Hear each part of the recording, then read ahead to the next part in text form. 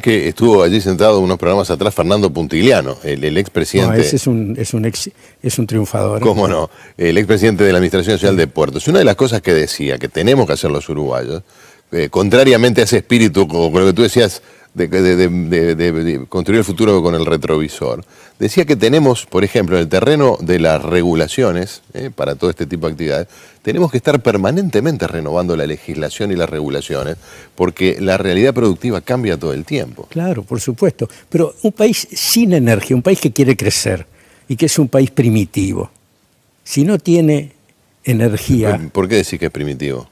Porque es un país que tiene un esquema productivo de materias primas. Es el primer año, es el escalón de abajo. Se sube, es decir, por ejemplo, alrededor de una fábrica de celulosa se produce naturalmente un clúster, es decir, un racimo de empresas químicas y de otra índole. Energía, por ejemplo. Que se van sumando, ¿no? Claro. Producen energía, pero además son de la segunda etapa, ¿no? Son elaboradoras de cosas.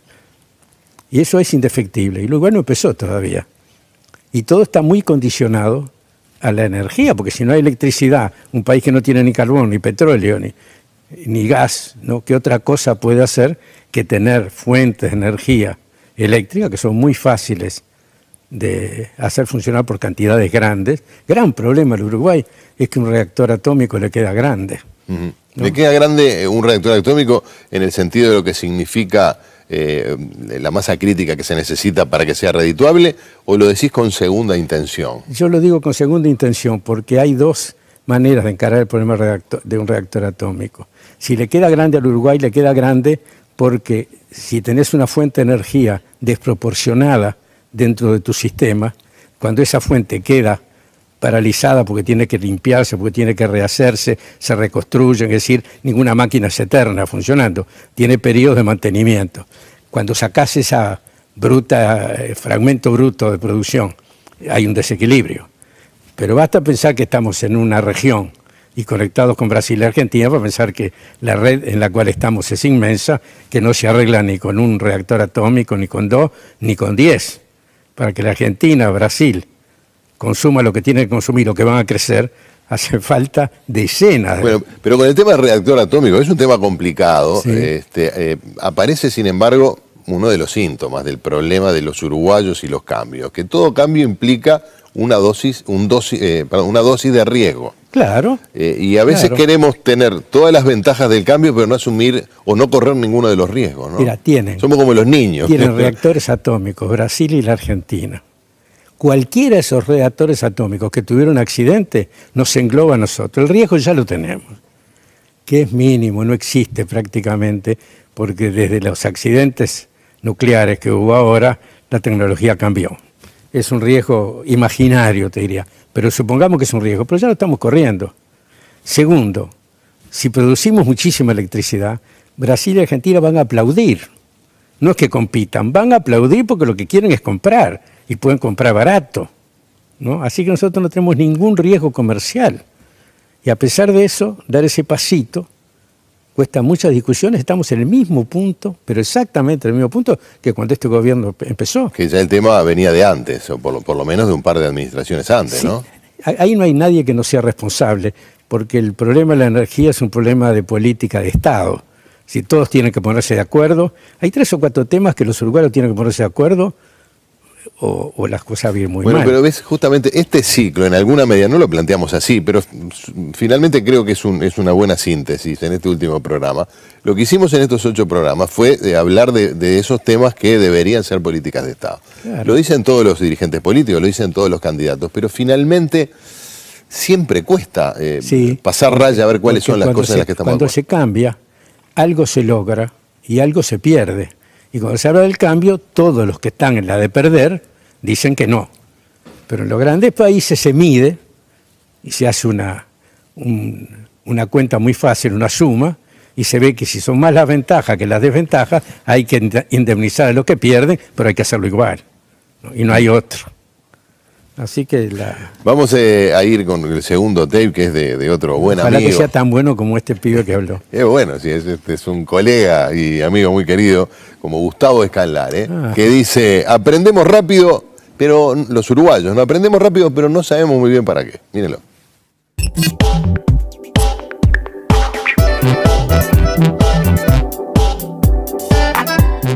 Digo, por un lado seguimos aferrados al pasado, a todas las glorias del pasado, seguimos mirando hacia Maracaná, seguimos pensando que somos campeones del mundo, seguimos creyendo que Uruguay es un país democrático, etcétera.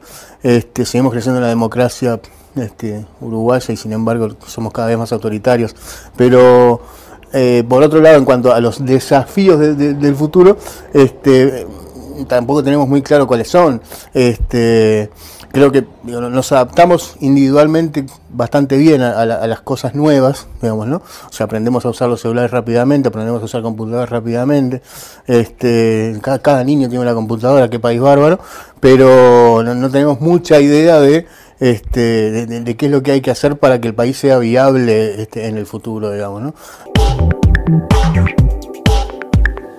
Ahí teníamos a Gustavo que sacó la AK-47 y nos ametralló con 3 o 4 cosas de distinto tenor, pero está bueno, ¿no? Siempre es un tipo interesante, a mí me gusta mucho hablar, me divierto, me gusta. Pero por ejemplo planteaba algunos mitos, ¿no? Que el de Maracaná, que es el gran mito fundador de la patria prácticamente, o por lo menos de este último medio siglo, con el cual no hemos sabido convivir con tanta gloria, ¿no? Y por supuesto, como decía Bimbo de Pauli de una manera bastante sarcástica, ya salimos campeón del mundo, ahora qué mejor vamos a lograr, prácticamente renunciamos. Sí, la verdad es que no estamos mal servidos por lo que pasó, claro. Pero también tenemos que considerar a los uruguayos en toda su amplitud, es decir, el Uruguay tuvo un fenómeno que fueron 30 años de estancamiento, desde la guerra de Corea hasta el final de la dictadura, del 55 al 85, 30 años durante los cuales el país bajó su producción, subió su población y subió su manera de gastar.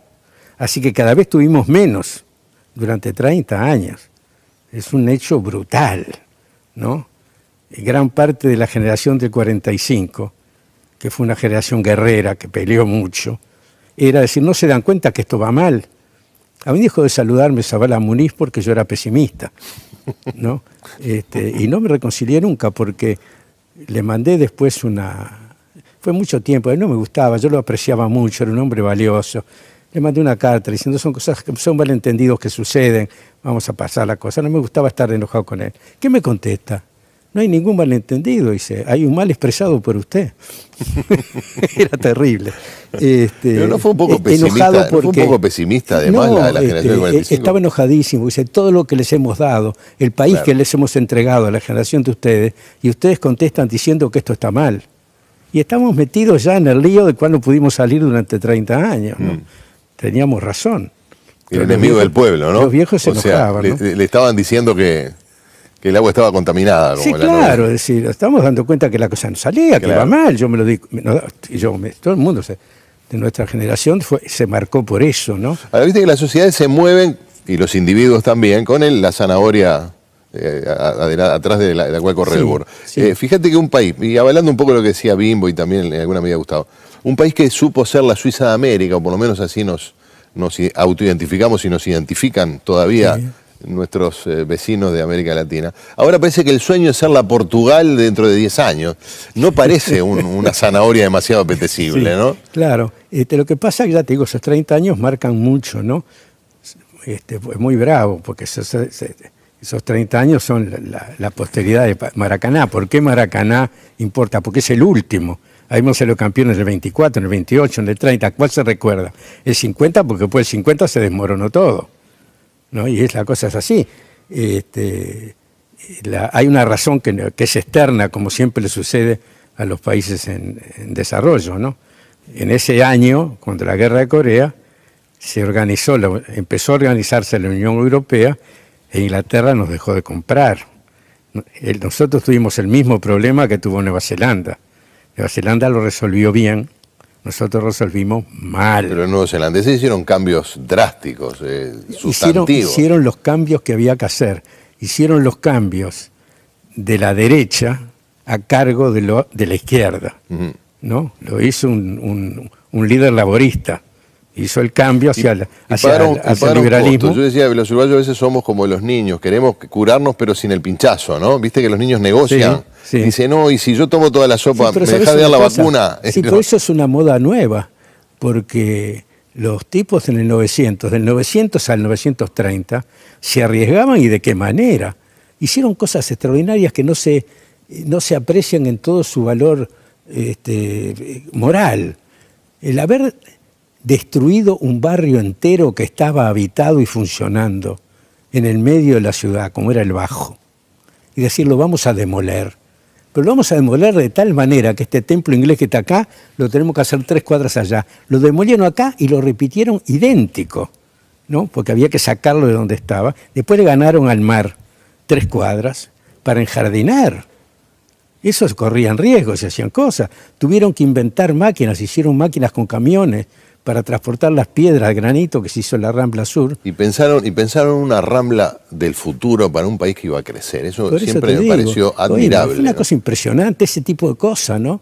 Es decir, el estadio se hizo en 6 meses y la Rambla Sur, ¿cómo se les ocurrió? ¿No? Dice, a un barrio, ¿vos te imaginás que sería ahora? No solo cómo, sino para qué país se les ocurrió. Hicieron una obra que hasta el día de hoy sigue siendo funcional porque pensaron que el país iba a ser mejor o por lo menos más grande, ¿no? Eso es quizás lo que... Ese sueño de grandeza bien entendida creo que nos falta hoy. Eso que pensamos de que los uruguayos son así y son así por las cosas que están haciendo, no es verdad. Los uruguayos no son así, están así. Estamos. Es algo diferente, estamos así. Vamos a hacer una pausa y seguimos conversando con Carlos Maggi en El Futuro Reciente.